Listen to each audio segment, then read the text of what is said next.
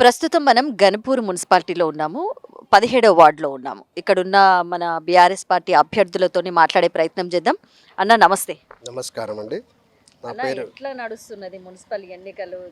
Notification అయింది, చేసిర్రు, apply చేసిర్రు, నామినేషన్లు వేసిర్రు. ఎట్లా నడుస్తుంది బీఆర్ఎస్ ప్రచారాలు ఎట్లా నడుస్తున్నాయి? ప్రస్తుతానికి అయితే ప్రచారంలో యాక్టివ్గానే ఉంది బీఆర్ఎస్ పార్టీ. ఉమ్, ప్లస్ ప్రతి వాడవాడలు తిరుగుతూ ప్రచారం చేసుకుంటూ కార్యక్రమాలు అయితే చేస్తున్నాము. ఉమ్. ఇంకా బీఫామ్ రాలేదు కాబట్టి కొద్దిగా తగ్గి ఉన్నది. అదే బీఫామ్లు కనుక చేతికి వచ్చేది ఉంటే ఇంకా బాగా యాక్టివ్ అయ్యి బాగా చేస్తాం. రేపో ఎల్లుండో అవి కూడా వస్తాయి. ఉమ్. అన్న క్రిత ప్రభుత్వం ఎట్లాంటి అభివృద్ధి చేసింది, ఇప్పుడు ఎట్లాంటి అభివృద్ధి కోరుకుంటున్నారు మీరు? గత ప్రభుత్వంలో కేసీఆర్ గారి ఆధ్వర్యంలో గత 10 ఏళ్లలో చాలా అభివృద్ధి చెందింది. ఉమ్, మనం కేసీఆర్ ఆధ్వర్యంలో తెలంగాణ ఉద్యమం చేసుకొని రాష్ట్రం సాధించుకొని మనము ముందుకు వెళ్ళాం. ఉమ్, ఆ క్రమంలో అసలు తెలంగాణలో ఏది ఉండదు, కరెంట్ ఉండదు, నీళ్లు ఉండవు, అంత ఆగమవుతుంది అన్నటువంటి ఆంధ్ర వాళ్ళకి పోయిన 10 ఏళ్లలో కేసీఆర్ గారు చూపెట్టారు, మేము అన్నీ సాధించుకోగలుగుతాం, ఉమ్, మా సొంతంగా మేము కాళ్ళ మీద నిలబడతామని చెప్పి ఒక ఇండికేషన్ ఇచ్చే లెవెల్లో ఇచ్చుకుంటూనే ఆయన ఉన్న మేనిఫెస్టోలో కాకుండా అనేక పథకాలను ప్రజలలోకి పంపించి అందులో రైతు బంధు కానీ, ముసలి వాళ్ళకు పెన్షన్ కానీ, మనము కళ్యాణ లక్ష్మి కానీ, షాదీ ముబారక్ కానీ ప్రతి ఒక్కరికి మన రాష్ట్రంలో పథకం రాని ఇల్లు అంటూ లేదండి. వాస్తవానికి ఒక్క పథకమైనా ఖచ్చితంగా వచ్చిన్నది ఆ ఇంటికి. వచ్చి ఉండి చాలా బాగా పనిచేసింది 10 ఏళ్లలో. ఇక కాకపోతే ఏంటంటే ఇప్పుడు వచ్చిన గవర్నమెంట్ అనేక ఆశలు పెట్టి అనేక కొత్త పథకాలను మేము చేస్తామని చెప్పి 420 హామీలు ఇచ్చి 420 వ్యవహారమే చేస్తుంది తప్ప ఏమీ లేదండి, సున్నా. వాస్తవానికి పెన్షన్ పెంచుతామన్నారు 4,000, ఎవరికి పెంచలే ఇప్పటివరకు. రైతు బంధు 3 టర్ములు రాలే. అలాగే మనం చూసుకుంటూ పోతే చాలా పథకాలు కూడా మనకు అందుబాటులోకి రాలేదు.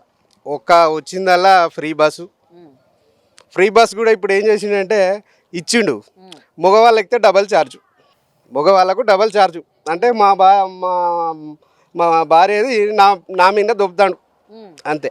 ఆయన చేసింది ఏం లేదు, ఛార్జెస్ పెంచేసి డబల్ ఛార్జీలు చేసిండు, మగవాళ్ళకు డబల్ ఛార్జీ, ఆడవాళ్ళకు. దీనివల్ల ఆయనకే లాభం కానీ మనకు వచ్చిన లాభం ఏం లేదండి.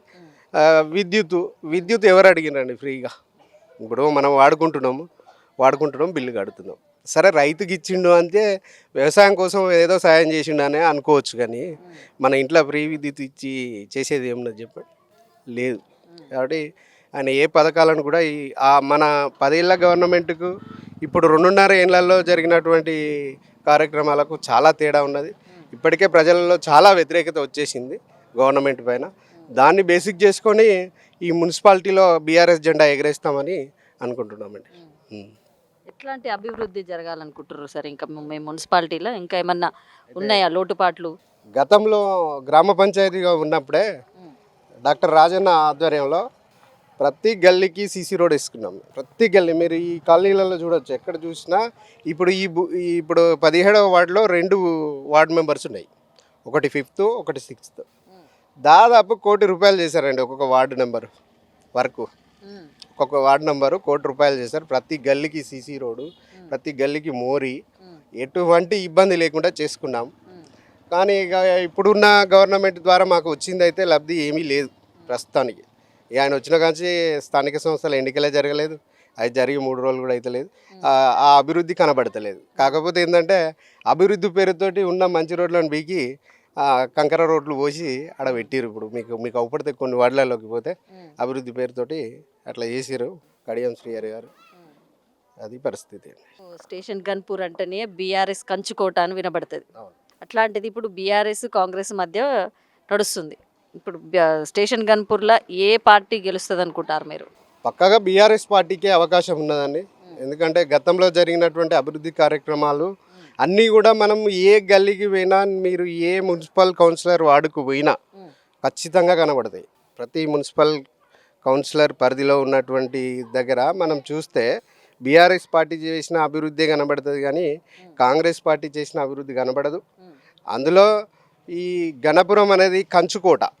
అంటే మన హరీష్ రావు, కేటీఆర్, కేసీఆర్ తర్వాత ఉన్నటువంటి అభివృద్ధిలో ముందున్నది స్టేషన్ గణపురం.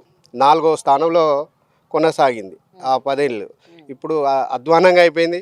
మా చేతిలో మా కడియం శ్రీహరి గారిని బీఆర్ఎస్ పార్టీలో గెలిపిస్తే ఆయన మమ్మల్ని మరిచేసి పోయి కాంగ్రెస్ పార్టీలో జాయిన్ అయ్యిండు. అన్న మీరు ఈ మాట అన్నారని చెప్తున్నాం.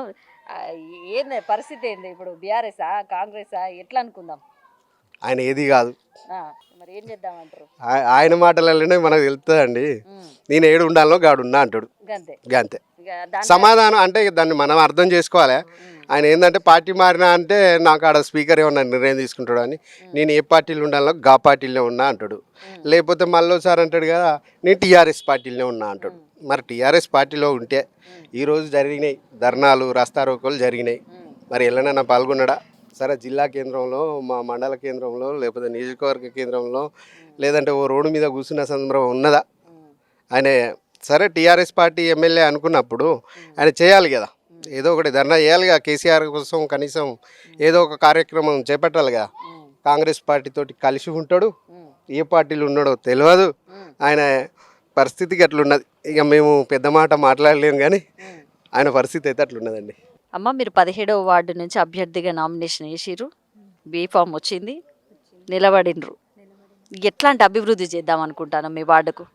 ఇప్పుడున్న దానికంటే ఇంకా మంచిగా అభివృద్ధి చేసుకొని గతంలో ఉన్నదానికంటే ఇంకెక్కువ చేసుకుందామని అనుకుంటాను. నాకు యాక్సిడెంట్ అయింది. యాక్సిడెంట్లో నాకు ఒక 4,50,000 ఫండ్ వచ్చింది. అది కేసీఆర్, రాజయ్య వాళ్ళ ద్వారా వచ్చింది.